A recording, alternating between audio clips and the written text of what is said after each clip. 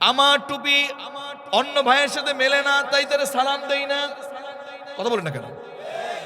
আমার পাগড়ির রঙের সাথে অন্যের পাগড়ি মেলে না, তাই তাকে সালাম দেই না, সালাম দিলেও নেই না। এরকম কিছু হিংসুক আছে না? নাই। এরা আসলে মুসলিমের চূড়ান্ত পর্যায়ের মুসলিম না। শুনুন, মাথায় টুপি পরলেই, দাড়ি রাখলেই, জুব্বা পরলেই মুসলিম হওয়া যায় না। আব্দুল্লাহ বিন উবাই নিজেও টুপি পরেছেন, জুব্বা পরেছেন, দাড়ি রেখেছেন, পাগড়ি পরেছেন।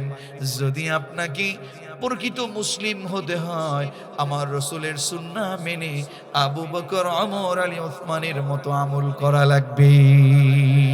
তাদেরকে অনুসরণ করতে হবে। তাদেরকে যে প্র্যাকটিস করে আমল দেখিয়ে গিয়েছেন, সেভাবে করে আপনার বাড়িটাকে সাজাতে হবে, বাড়িটাকে পর্দানশীল করতে হবে, বাড়ির ভিতরে নামাজি লোক বানাতে হবে, বাড়িটাকে সুদমুক্ত করতে হবে, ঘুষমুক্ত করতে হবে, ইসলামী আন্দোলন দিয়ে সকলকে ইসলামের অনুশাসন মেনে চালাতে হবে। আপনাকে কোরআন অনুযায়ী আমল করতে হবে, প্রত্যেকটা কাজ রবকে খুশি করে করতে হবে। তাহলেই কেবলমাত্র আপনি মুসলিম হতে পারবেন।